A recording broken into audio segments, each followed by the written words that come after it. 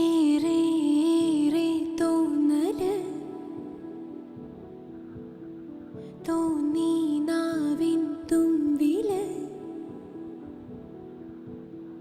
പല ഉറവ പൊടിയും നേരം കരകവിയും മധുരച്ചാല്